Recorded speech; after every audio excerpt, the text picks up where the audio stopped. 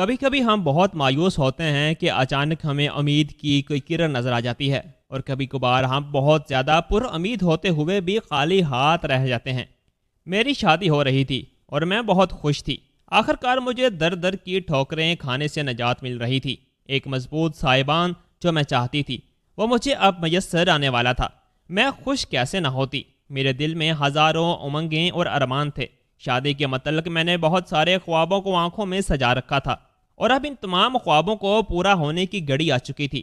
میں گھونگھٹ نکالے بیڈ پر بیٹھی اپنے شوہر کا انتظار کر رہی تھی۔ پورا کمرہ خوشبو سے مہکا ہوا تھا۔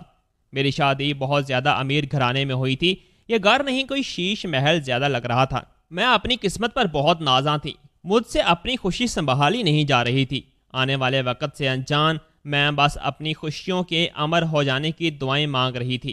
میں نے کبھی نہیں سوچا تھا کہ میری امیدوں سے بڑھ کر اللہ تعالیٰ مجھے نواز دے گا۔ میری اتنی حیثیت نہیں تھی جتنا مجھے نوازا گیا تھا۔ خوشی کے مارے میرے پاؤں زمین پر نہیں ٹک رہے تھے۔ میں خود کو ہواؤں میں اڑتا ہوا محسوس کر رہی تھی، مگر میں نہیں جانتی تھی کہ میری یہ خوشی بالکل عارضی اور کچھ ہی وقت کی ہے۔ بہت جلد مجھے دوبارہ سے زمانے کی ٹھوکریں کھانے کے لیے قسمت ایک بار پھر تنہا کرنے والی تھی۔ میرا شوہر میرے پاس آیا۔ اس نے مجھے منہ دکھائی میں ایک ہیرے کا لاکٹ دیا۔ میں بہت خوش تھی۔ میرے نزدیک ہیروں پتھروں کی کوئی اہمیت نہیں تھی، مگر میرے نزدیک جذبات بہت زیادہ اہمیت کے حامل تھے۔ میں بہت خوش تھی کہ میرا شوہر مجھ سے انتہا محبت کرتا ہے۔ میں جتنا بھی خدا کا شکر ادا کرتی اتنا کم تھا، جس نے مجھے اتنی بڑی نعمتوں سے نواز دیا تھا۔ شاید میری عمر بھر کی ریاضتوں کا صلہ مجھے مل گیا تھا۔ میرا شوہر رات کو دیر تک میرا ہاتھ تھامے مجھ سے باتیں کرتا رہا اور اپنا حال دل بیان کرتا رہا کہ کیسے وہ مجھے پہلی بار دیکھنے کے بعد دیوانہ ہو گیا تھا۔ میں اتنی زیادہ حسین و جمیل نہیں تھی۔ نہ جانے میرے شوہر کو مجھ میں ایسا کیا نظر آیا تھا کہ وہ میرے لیے اپنے پورے خاندان سے ٹکر لے چکا تھا اور سب سے جیت کر مجھے اپنی زندگی کے سفر میں شامل کر چکا تھا، جہاں میں اس کی ہم سفر بن کر اس کے کندھے سے کندھا ملا کر بندھ کر چلنے والی تھی۔ دن پر لگا کر اڑ رہے تھے۔ 3 دن کیسے بیت کے مجھے پتہ ہی نہیں چلا۔ میں تو بس اپنے شوہر کے پیار میں ڈوبی اس کی محبتوں کو محسوس کرتی رہی تھی۔ یہ 3 دن میری زندگی کے خوش قسمت ترین دن تھے۔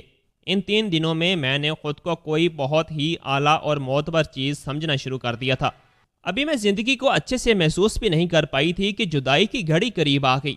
میرے شوہر کا باہر جانے کا وقت ہو چکا تھا۔ اس کے جانے کی خبر سن کر میری ساری خوشی غارت ہو گئی تھی۔ میرا دل عجیب طرح کے جزن و ملال میں ڈوب گیا تھا۔ مجھے ایسا لگ رہا تھا جیسے میں کوئی حسین خواب دیکھ رہی تھی جس سے اب میری آنکھ کھلنے والی ہے، اور میں دوبارہ اسی صحرا کی نظر ہونے والی ہوں جس میں جلتے ہوئے میں نے اپنی تمام زندگی سفر کیا تھا۔ میرا شوہر خود بھی مجھ سے دور جاتے ہوئے بہت اداس تھا، مگر مجھے اپنے پاس جلد بلانے یا جلد لوٹ آنے کے وعدے پر وعید کر کے وہ رخصت ہو گیا تھا۔ میری آنکھوں سے آنسو ہی نہیں تھم رہے تھے۔ میں برداشت کی آخری حد پر تھی اور اسے الوداع کر رہی تھی۔ مجھے سمجھ نہیں آ رہا تھا کہ یہ میری زندگی کی نئی شروعات تھی یا میں نے کوئی خواب دیکھا تھا۔ اس قدر مختصر ساتھ نے میرا جسم و جان کو بہت ہی زیادہ تشنا کر دیا تھا۔ میرا دل بہت بے قرار ہو رہا تھا۔ مجھے اپنے شوہر کی یاد بہت زیادہ ستا رہی تھی۔ مجھے بہت زیادہ گھبراہٹ محسوس ہو رہی تھی۔ ایسا لگ رہا تھا جیسے میرے ساتھ کچھ برا ہونے والا ہے، مگر ان سب کو اپنے شوہر کی یاد پر محمول کر کے میں نے سارا دن اپنے کمرے میں ہی بیٹھی رہی تھی۔ باقی تمام گھر والے میرے شوہر کو ایئرپورٹ چھوڑنے گئے تھے، مگر مجھ میں اتنی ہمت نہیں تھی کہ میں اسے چھوڑنے چلی جاتی، اور میرا شوہر بھی نہیں چاہتا تھا کہ اسے جاتے دیکھ کر میں ٹوٹ کر بکھر جاؤں اور وہاں مجھے کوئی سنبھالنے والا نہ ہو۔ جانے سے پہلے اس نے اپنی ماں سے اور اپنے باقی گھر والوں سے عہد لیا تھا کہ وہ میرا پورا خیال رکھیں گے، جس پر انہوں نے مسکراتے ہوئے عہد کیا تھا۔ مگر اس کی ماں نے جب میری طرف دیکھا تو اس کی کاٹ دار نظریں دیکھ کر میں خوف سے سہم گئی تھی۔ میں نہیں جانتی تھی کہ آگے آنے والے حالات و واقعات کیسے ہوں گے، مگر میں خود کو سنبھال لینا چاہتی تھی۔ مجھے میری ساس کی کاٹ دار نظر اچھے طریقے سے یاد تھی۔ میں نے سوچ لیا تھا کہ میں صبر کا دامن تھامے رکھوں گی۔ وہ میرے ساتھ جیسا بھی سلوک کریں گی میں برداشت کر لوں گی، کیونکہ جلد ہی اب میرا شوہر مجھے اپنے پاس بلانے والا تھا یا واپس آنے والا تھا۔ جہاں میں نے ساری زندگی صبر کیا تھا، وہاں کچھ دن اور صبر کرنے کے لیے میں تیار تھی۔ میں اپنے شوہر سے بہت زیادہ محبت کرنے لگی تھی۔ اسے چھوڑ دینے یا اس سے جدا ہو جانے کا تصور بھی میرے لیے سہانے روح تھا۔ ایسی سوچ ہی مجھے تکلیف دیتی تھی۔ کجا کہ اس پر عمل درآمد کیا جاتا، مگر میں نہیں جانتی تھی کہ میرے شوہر کی جدائی میرے مقدر میں اس طرح لکھی جائے گی کہ میں ٹوٹ کر بھی بکھر جاؤں گی۔ میری ساس اور باقی لوگ ایئرپورٹ سے واپس گھر آئے تو ان کے تیور ہی بدلے ہوئے تھے۔ انہوں نے ایک پھل بھی نہ لگایا اور مجھے گھر سے نکالنے کی مکمل منصوبہ بندی کر لی، مگر میں خود پر آنے والی قیامت سے بالکل انجان تھی۔ میں تو بس اس گھر میں صبر کر کے گزارا کرنے کا سوچے ہوئے تھی، جبکہ یہاں یہ لوگ مجھے گھر میں برداشت کرنے کے لیے بھی تیار نہیں تھے۔ وہ لوگ جو کچھ وقت پہلے میرے شوہر کے ساتھ ہنس ہنس کر وعدے کر رہے تھے اور میرا خیال رکھنے کی یقین دہانی کروا رہے تھے، اب مجھے اذیت و تکلیف دینے میں کوئی کسر نہیں چھوڑ رہے تھے۔ میری ساس میرے پاس آئی اور مجھ سے کہا کہ میں چپ چاپ ان کا گھر چھوڑ دوں، کیونکہ میں ان کے بیٹے کی وجہ سے اس گھر میں تھی اور وہ اپنے بیٹے کی وجہ سے مجھے برداشت کر رہے تھے۔ اب ان کا بیٹا چلا گیا تو ان کی سب مجبوریاں بھی ختم ہو گئی ہیں، اس لیے میں چپ چاپ اپنا بوریا بسترا باندھ کر وہاں سے چلی جاؤں۔ میری ساس کی بات سن کر میرے سر پر آسمان ٹوٹ پڑا تھا، مگر نہ جانے کہاں سے مجھ میں اتنی ہمت آ گئی، میں نے گھر سے باہر جانے سے صاف انکار کر دیا، جس پر ان سب کے تیور بگڑ گئے اور انہوں نے مجھے دھکے دے کر گھر سے نکالنا شروع کر دیا۔ وہ لوگ بھی دردی سے مجھے کھینچ رہے تھے۔ میری ساس نے مجھے بالوں سے پکڑے گیٹ سے باہر پھینک دیا اور گیٹ بند کر دیا۔ مجھے ایک بار پھر سے بے آسرا کر دیا کیا تھا۔ مجھے اپنی تہی دامنی پر جی بھر کے رونا آ رہا تھا۔ مجھ سے بڑھ کر بدنصیب اور کون ہو سکتا تھا، مگر مجھے یہاں ہار نہیں ماننی تھی، کیونکہ اگر میں یہاں سے بے ٹھکانہ کر دی جاتی تو میرے لیے روئے زمین پر کوئی جائے پناہ نہیں تھی۔ میں اتنی شدت سے زمین پر گری تھی کہ مجھے چوٹ لگ گئی، مگر میں پھر بھی تیزی سے اٹھی اور دروازہ بجانے لگی۔ میں روتی رہی، چیختی رہی، چلاتی رہی، انہیں اللہ تعالیٰ کے واسطے دیتی رہی، مگر میرا رونا، میرا چیخنا، میری بے بسی، میرا دکھ، کوئی بھی چیز ان کو نرم نہیں کر سکی۔ یہ پتھر کے بنے انسان تھے۔ اگر ان کے سینے میں دل ہوتا، انسانیت نام کی کوئی چیز ہوتی، تو اس رات کی اندھیرے میں ایک جوان لڑکی کو یوں دھکے دے کر گھر سے نہیں نکالتے۔ رات کے سائے ہر طرف پھیلے ہوئے تھے، چاروں طرف سناٹا تھا، صرف کتوں کے بھونکنے کی آوازیں آ رہی تھیں جو اس خاموشی کو چیر کر وحشت میں اضافہ کر رہی تھیں۔ میرا دل بہت تیزی سے دھڑک رہا تھا، مجھے بہت ڈر لگ رہا تھا اور شدید سردی لگ رہی تھی۔ میں نے کوئی گرم کپڑا بھی نہیں پہنا ہوا تھا۔ سردی سے کپ کپاتے وجود کے ساتھ میں وہیں زمین پر سکڑ کر بیٹھ گئی۔ میں نے سوچا صبح ہونے تک میں یہیں پر بیٹھی رہوں گی، ہو سکتا ہے ان لوگوں کو مجھ پر ترس آ جائے، ان کا ضمیر ان کی ملامت کرے، شاید ان کو اپنے فیصلے پر پچھتاوا ہو۔ مگر ایسے 2 دن گزر گئے، مگر اس گھر کے دروازے ہر آنے جانے والے کے لیے کھلے تھے، صرف میرے لیے بند تھے۔ مجھے کھانے پینے کا بھی نہیں پوچھا گیا، بھوک پیاس سے میں نڈھال تھی۔ وہ لوگ مجھے دیکھ کر بھی انجان بن کر گزر جاتے تھے۔ میں کوئی راہ چلتی نہیں تھی۔ میرے اس گھر سے اور گھر والوں سے بہت گہرا تعلق تھا۔ میں اس گھر کی بہو تھی، ان کے بیٹے کی امانت تھی، عزت تھی، مگر وہ اس بات کو ماننے سے انکاری تھے۔ ناچار میں نے ان کی دہلیز چھوڑ دی اور انجانے کی سمت پر چلنے لگی۔ امیر لوگوں کے صرف گھر بڑے بڑے ہوتے ہیں، جبکہ ان کے دل بہت چھوٹے ہوتے ہیں۔ وہ مجھے نوکرانی کا درجہ دے کر بھی اپنے گھر میں رکھ لیتے تو میں ساری زندگی ان کے سامنے اف نہ کرتی، مگر انہوں نے مجھے اس قابل بھی نہیں سمجھا تھا۔ ٹیشو پیپر کی طرح استعمال کیا تھا اور اپنے بیٹے کے جانے کے بعد مجھے پھینک دیا تھا۔ میرا تو اس روئے زمین پر کوئی نہیں تھا جہاں میں جاتی۔ اب تو ایسا لگنے لگا تھا کہ زمین بھی مجھ پر تنگ ہو گئی تھی۔ میں بچپن سے ہی زمانے کی ٹھوکروں کی زد میں تھی۔ میں 3 برس کی تھی جب میرے ماں باپ کا انتقال ہو گیا تھا۔ ان پر ہمارے گھر کی چھت گری تھی، وہ موقع پر ہی دم توڑ گئے تھے، جبکہ میں اپنے نانا نانی کے ہاں ہونے کی وجہ سے محفوظ رہی تھی۔ اب کبھی کبھی میں سوچتی ہوں کہ کاش اس وقت بھی اپنے ماں باپ کے ساتھ ہوتی اور انہی کے ساتھ دفن ہو جاتی۔ نہ جانے خدا نے میری زندگی کیوں رکھی تھی۔ 6 سال تک میں اپنے نانا نانی کے ساتھ رہی۔ جب یکے بعد دیگرے میرے نانا نانی کا بھی انتقال ہو گیا، تب میں ابھی 10 سال کی بھی نہیں ہوئی تھی۔ میرے رشتہ داروں نے مجھے میرے چاچا چاچی کے ہاں چھوڑ دیا۔ میرے دادا ابو ابھی حیات تھے اور وہ مجھ سے بہت محبت کرتے تھے، جبکہ چاچا چاچی مجھے کچھ خاص پسند نہیں کرتے تھے، لیکن دادا ابو کی وجہ سے خاموش رہتے تھے۔ چاچا کی اپنی 3 بیٹیاں تھیں، بیٹا سب سے چھوٹا تھا، اس کو گھر میں سب سے زیادہ اہمیت دی جاتی تھی۔ بیٹیوں کی اہمیت بہت کم تھی، مگر میری حیثیت سب سے زیادہ کم تھی، کیونکہ میرے ماں باپ نہیں تھے۔ بس دادا جان کی وجہ سے میرا خیال رکھا جاتا تھا۔ میں خوش تھی کہ چلو دنیا میں کوئی مجھے سہارا تو ملا۔ میں پرائیویٹ سکول پڑھتی رہی۔ چاچا کی بیٹیوں کو پڑھائی لکھائی سے کچھ خاص لگاؤ نہیں تھا، جبکہ میں ذہین تھی اور اپنے دادا جان کی سپورٹ کی وجہ سے میں پڑھ رہی تھی۔ ابھی میری 12ویں جماعت کے پیپر ہوئے تھے جب میرے دادا جان بھی داغ مفارقت دے گئے۔ میرے دادا جان کا اس جہاں فانی سے کوچ کر جانا میرے لیے سب سے بڑا صدمہ تھا، کیونکہ ان کی وجہ سے میں زمانے کے سرد گرم سے بچی ہوئی تھی۔ وہ مجھے چاچا چاچی کی ڈانٹ سے بچا لیتے تھے اور میری کزن سے لڑائی جھگڑوں اور مار پیٹ سے بھی بچا لیتے تھے، مگر اب میرا دنیا میں کوئی آسرا نہیں رہا تھا۔ میں بالکل اکیلی پڑ گئی تھی اور یہی بات مجھے دن رات ڈرایا کرتی تھی۔ دادا کے جانے کے بعد ابھی چاچا نے مجھے کچھ کہا بھی نہیں تھا کہ چاچی نے اپنے رنگ ڈھنگ دکھانے شروع کر دیے۔ وہ بات بات پر مجھے جھڑکتی اور مار پیٹ کرتی تھی۔ میں نے ہر بات پر صبر کر لیا تھا، مگر چاچی نے ایک دن مجھ پر گلی کے کسی لڑکی کے ساتھ چکر چلانے کا الزام لگا کر چاچا سے کہہ کر مجھے گھر سے نکلوا دیا تھا۔ میں بالکل بے آسرا ہو گئی تھی۔ ڈانٹ مار کھا کر سہ کر ہی صحیح، مگر مجھے چھت تو میسر تھی اور روکھی سوکھی صحیح مجھے کھانا بھی مل جاتا تھا، لیکن اب میرا دنیا میں کوئی نہیں تھا۔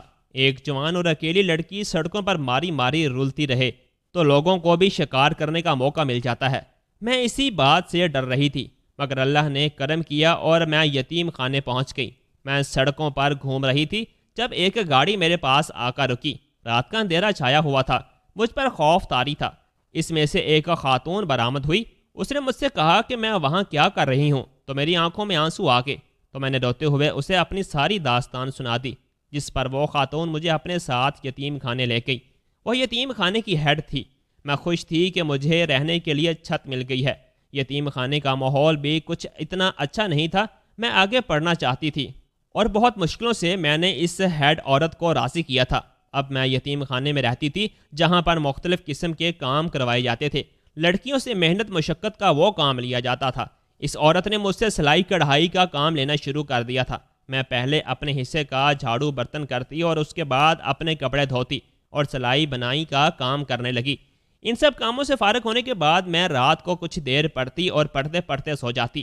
میرے لیے یہ بات بھی غنیمت تھی کہ وہ مجھے پڑھنے دے رہی تھی۔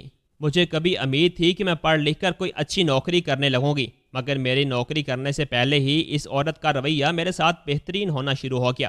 کئی بار میں نے اس کی بیماری میں اس کا خیال کسی مخلص دوست کی طرح رکھا، جس سے وہ بہت متاثر ہوئی اور اس نے مجھ سے کہا کہ کوئی بھی اچھا رشتہ آئے گا تو وہ ضرور میری شادی کروائے گی، مگر اس کی نوبت ہی نہ آئی۔ اسی وقت میں ماسٹرز کے پیپر دے رہی تھی۔ پیپر دینے کے بعد میں واپس آ رہی تھی جب میری کسی کے ساتھ ٹکر ہو گئی۔ وہ میرے ساتھ لڑائی کرنے لگی تو ایک بہت ہی خوبصورت نوجوان نے آ کر مداخلت کی اور مجھے اس لڑائی جھگڑے سے نکال لیا۔ وہ کسی بڑے اور امیر گھرانے کا لگ رہا تھا، مگر مجھے اس سب سے کوئی مطلب نہیں تھا۔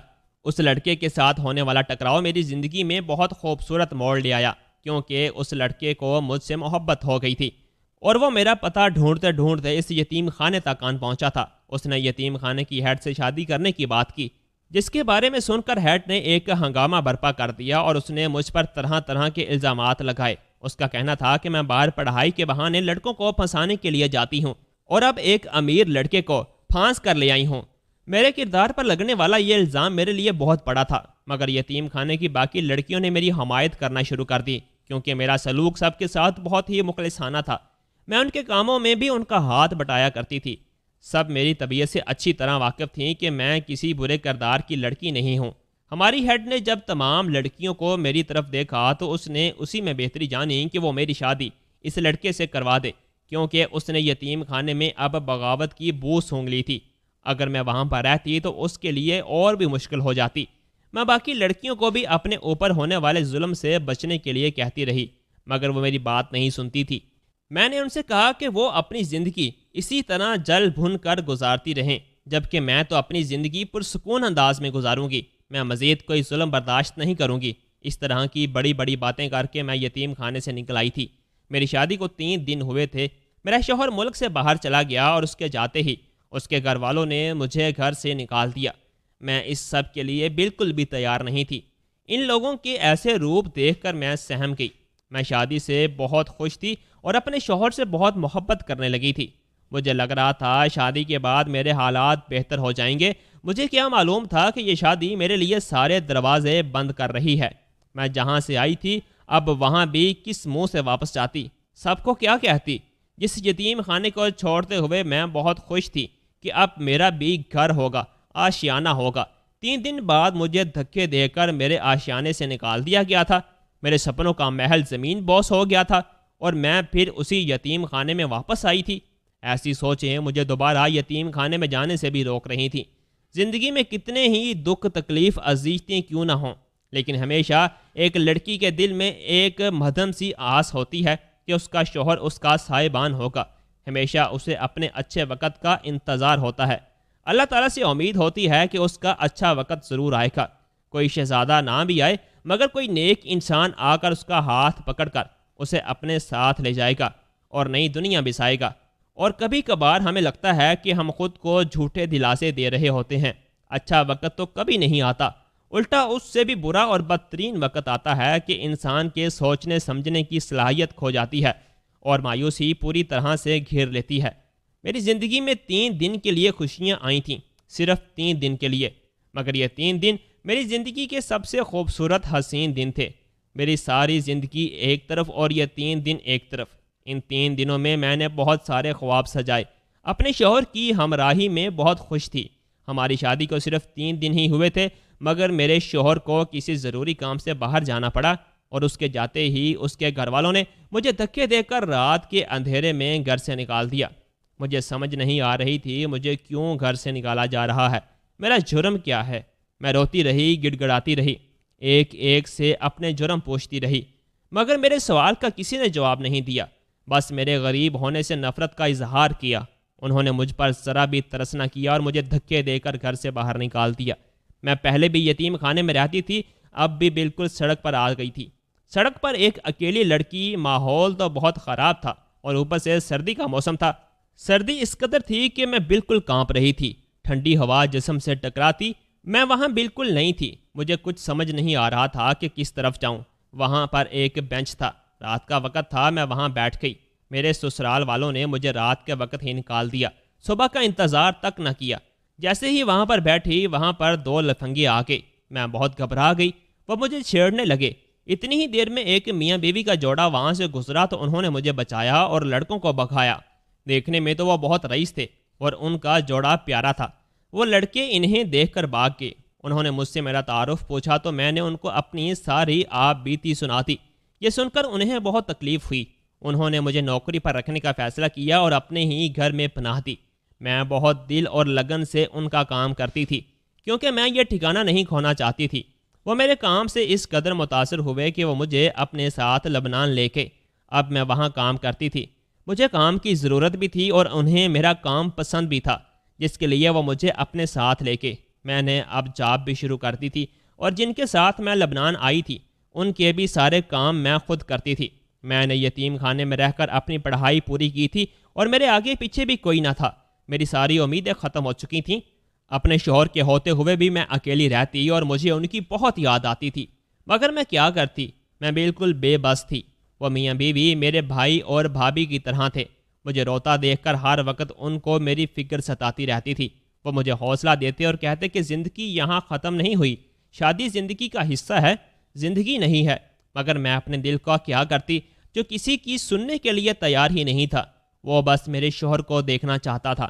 میں چاہتی تھی کہ کسی بھی طرح میرا شوہر مجھ سے ملے تو میں اسے بتاؤں کہ اس کے بعد مجھ پر کون کون سی قیامتیں بیتی ہیں۔ میں اس کے ہمدرد اور مہربان کندھے پر سر رکھ کر اپنی زندگی کے اتنے سارے دکھوں پر رونا چاہتی تھی۔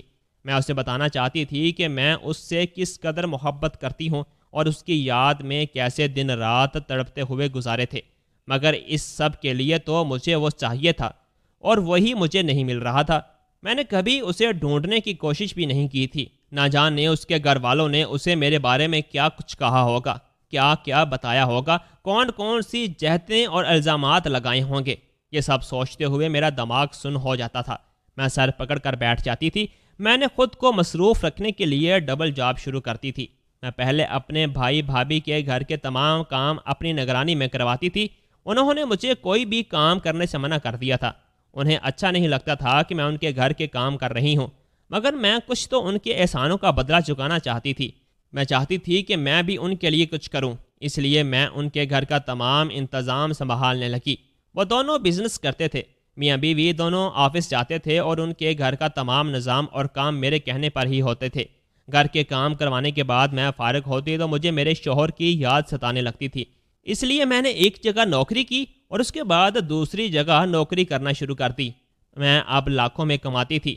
بھائی بھابھی مجھے الگ جیب خرچ دیتے تھے، مگر میری خواہشات مر چکی تھی۔ میرے اکاؤنٹ میں پیسوں کا ڈھیر لگ چکا تھا، مگر میرا انہیں کہیں بھی خرچ کرنے کا دل نہیں کرتا تھا۔ میں جیسے زندگی سے بیزار ہو گئی تھی۔ میری زندگی کچھ مصروف ہوئی تو میں بھی اذیت سے نکلنے لگی۔ بھائی بھابھی بھی مجھے اذیت سے نکلتا ہوا دیکھ کر خوش تھے۔ نئی والی جاب کافی سخت تھی، جس میں وقت کی پابندی زیادہ ضروری تھی۔ باس کو غیر منظم طریقے سے کیا گیا کام بالکل بھی پسند نہیں تھا۔ میں کئی بار اپنے سینئر سے ڈانٹ بھی کھا چکی تھی، مگر چونکہ میں اس جاب سے مصروف ہو رہی تھی اور میری تکلیف کم ہو رہی تھی، اس لیے میں اس کو جاری رکھے ہوئے تھی۔ آج آفس میں باس آنے والے تھے۔ میں نے ان کے بارے میں سنا تھا کہ وہ بہت ہی سخت مزاج ہیں، کبھی بھی کسی کی غلطی کو معاف نہیں کرتے اور لڑکیوں کے ساتھ تو بہت ہی برے طریقے سے پیش آتے ہیں۔ اتنے خڑوس باس کے بارے میں سن کر میں بھی پریشان ہوتی تھی اور آج بہت پریشان تھی۔ باس آفس میں آ چکے تھے۔ سارے نئے اور پرانے ورکر اپنے کام کی تفصیلات خود اسے جا کر دے رہے تھے۔ اپنی باری آنے پر میں بھی باس کے آفس میں داخل ہوئی، مگر جیسے 7 آسمان میرے سر پر ٹوٹ پڑے تھے۔ باس پر نظر پڑتے ہی مجھے ایک چکر سا آیا تھا اور میں بے ساختہ گھٹنوں کے بل زمین پر گری تھی۔ باس نے بھی نظریں اٹھا کر میری طرف دیکھا تو جیسے گردش دوران بھی تھم گئی تھی۔ وہ ایک ٹک میری طرف دیکھ رہے تھے۔ میں وہاں سے بھاگ جانا چاہتی تھی، مگر میرے بس میں کچھ بھی نہیں تھا۔ میری ٹانگیں میرا ساتھ دینے سے انکاری تھیں۔ میں نے ہمت کی اور وہاں سے نکلنا چاہا، مگر اتنے میں باس نے میرا بازو پکڑ لیا تھا۔ باس کا جارحانہ انداز دیکھ کر میں سہم چکی تھی۔ اس نے مجھے دیوار کے ساتھ لگایا اور میرا منہ دبوچ لیا۔ اس کے منہ سے نکلنے والے الفاظ نے مجھے اذیت کی گہری کھائی میں دھکیل دیا تھا۔ میری آنکھوں سے بے ساختہ آنسو بہنے لگے تو وہ کچھ نرم ہوئے۔ وہ مجھ سے گزرے ہوئے ماہوں سال کا حساب مانگ رہے تھے، اور اب مجھے سمجھ میں آ رہا تھا کہ یہ باس اتنے سخت گیر کیوں تھے۔ جس انسان کو اس کی بیوی کی بے وفائی نے توڑ کر رکھ دیا ہو، وہ باہر سے ایسا ہی ہو جاتا ہے۔ وہ باس کوئی اور نہیں بلکہ میرے شوہر تھے، جو میری تلاش میں مارے مارے پھر رہے تھے، مگر میں تھی کہ مل ہی نہیں رہی تھی۔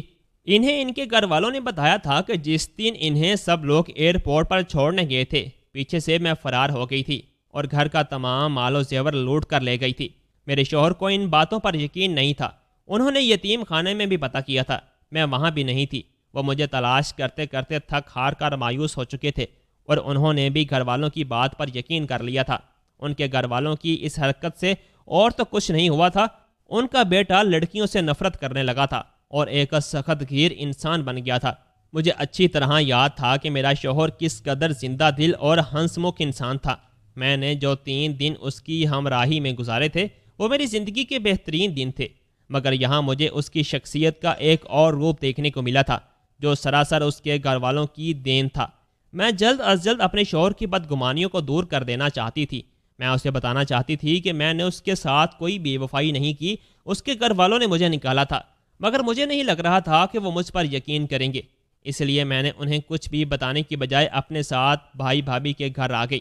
میں نے بھائی بھابھی کو فون کر کے بلا لیا تھا اور انہیں سب کچھ بتانے کے لیے کہا تھا، جس کے بعد بھائی نے انہیں سچائی بتائی۔ ان کی تمام باتیں سننے کے بعد میرے شوہر نے آنسو بڑی آنکھوں سے میری طرف دیکھا، اور میں حیران ہو رہی تھی کہ میرا شوہر رو رہا تھا اور میرے سامنے ہاتھ جوڑ دیے۔ میں نے جلدی سے اس کے ہاتھ پکڑ لیے اور اس کے گلے لگ گئی، کیونکہ جتنی تکلیف انہوں نے مجھے کھونے کے بعد اٹھائی تھی، اتنا ہی درد میرے دل میں بھی تھا۔ میرے شوہر نے اپنے گھر والوں کے ساتھ ملنا جلنا بند کر دیا، بس کبھی کبھار فون پر بات کر لیا کرتے تھے، اور انہیں بتا دیا کہ انہوں نے مجھے ڈھونڈ لیا ہے۔ وہ میرے ساتھ لبنان میں رہنے لگے اور ہم ایک بہت اچھی خوشحال زندگی بسر کرنے لگے۔ اتنی تکلیفیں اور آزمائشیں جھیلنے کے بعد میری زندگی میں بھی سویرا آ چکا تھا۔ دوستو، کہانی اچھی لگی ہو تو ویڈیو کو لائک اور چینل کو سبسکرائب لازمی کر دیجیے گا۔ اللہ حافظ۔